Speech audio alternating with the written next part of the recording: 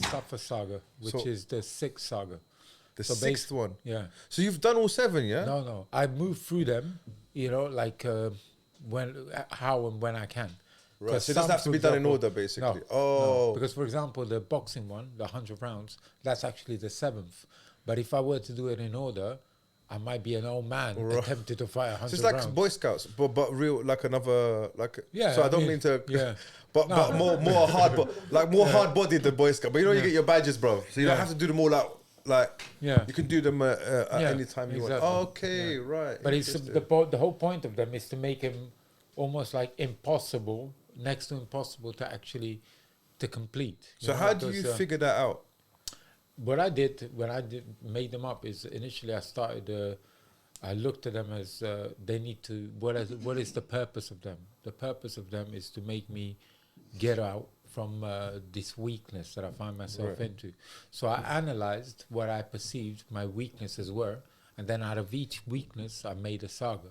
So for example, some sagas are physical, where it might be physical weakness that I need to overcome. Some, for example, was my fear of being alone.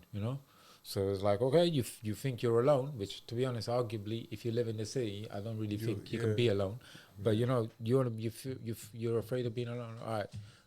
Go into the middle of the wilderness in Scotland in winter by yourself, and let's see why. What you're so afraid of? So I did that. And then you've got fear of like a commitment to like things, or like not just people or relationships, but even from when I was a kid, like I start something and I never see it through. I'll do it for a bit, and then I'll leave it, and then I'll do this, and I was like, just stick at something.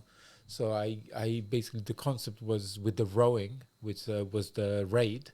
I calculated the distance from London to Greenland, which is like over 5 million meters. And I was like, all right, every day I'm going to go on the rowing machine and I'm going to row until I get to Greenland, until I row 5 million meters. And so we did it with, actually, there was a group of us. And to show you how fear of commitment or unable to commit affects so many people. It started with a group of like 19 people, and it finished with 4, because it took a year and a half, Mad. So how a year and a half. How does it work? So you got 5 million meters. You divide it over 19 people. Yeah, no. So basically, you do. Everyone does like 5 million meters. No, okay. 5 million meters. But basically, what you do, we set up a group, like a WhatsApp group. And I was in charge. Everybody put in the distances that they covered that day, and I subtracted from the overall meters. Right. So some people, I don't. So it's almost like being in a boat. Yes, exactly. And everyone rowing. Yeah. So for example, some stronger people were rowing more, and some, less. But I said I don't mind as long as you give it all. It's fine. I don't need you. I don't need you to to try and get 20,000 meters or whatever is the most you can do. So, for example, we did like, the first day we started, it was like 30,000 meters, and then each one rowing. And then some people were in America, some people were outside in Ireland, some people in London, so all over the place. And by the end, like I said, it was 5 people, 4 of us here, 1 in America. And so we decided, what? We had 500,000 meters left. We're like, let's just do it all in one go. And we're going to raise money for charity, for a children's charity. So we found a gym in Oxford that hosted us. And basically what we did, we went there, they set up rowing machines and buckets for donations and posters and whatnot. And we stepped on the rowing machine at 9 a.m. and didn't leave until 9 p.m. and basically rowed 100,000 meters each.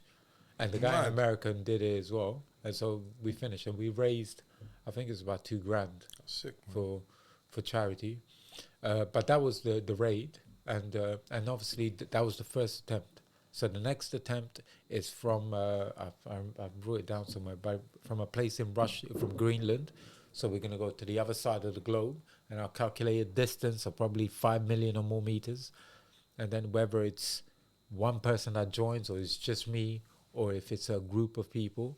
You start it, and every day pursuing that saga. Consistency. Yeah. But this is why, like, I can't. So at the moment, some sagas require so much that you can't do that saga and then jump on this one. Yeah, so for example, the boxing is so, like, but learning a martial art requires respect for it, and consistency, and almost. So talk a little bit about the boxing one, because so the boxing is to box 100 rounds, consecutive rounds. Now, to put it in perspective, the record is 111 last time I checked. And that was done in the early 19th century by like two Irish boxers or something. And they were literally pummeling each other. And there was no time, like they just, at the end, they couldn't even come out of their corners. They'd be going for hours, So, but I'm going for 100 rounds. And the idea, obviously, is that I never boxed before. So I can't go from never boxing to all of a sudden I'm going to box 100 rounds. That would be, it'd be disrespectful on my part towards the martial art. So first thing I have to do, I have to become a boxer. Now, to become a boxer, obviously I train, but the only way I can really to know if I'm a boxer is I have to get a few fights. So I'm going to try and line up some white collar fights. I mean, I'm basically hoping for next year, the early part of next year. So try and get as many as I can in 1 year. Then same thing on the second year. And then the third year, see where I am. If possible, do it then. If I need more time, I'll do one more. But 3 years is the limit. And then I'm going to attempt 100 rounds. And with that, that will complete my my boxing career in terms of, of fighting and stuff. And I will start concentrating back on the other sagas. So you can see how all these sagas would take life. Yeah, because there's no way. I mean, that we're talking the boxing one alone. It will take at least 3 years out of my life. But don't you need another person to do the rounds with you, bro? Well, yeah, I will have to find at least minimum 10 opponents, ideally more.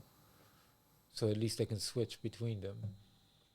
But I mean, the idea is not unheard of. Like, I think I forgot which martial art, but they have the kumite. Okay. The kumite where... So I forgot which one it is. Maybe Kyokushin karate. Kyokushin. Yeah, maybe that. But they have the kumite where they fight like that. So yeah, but I'll have to find different opponents for it.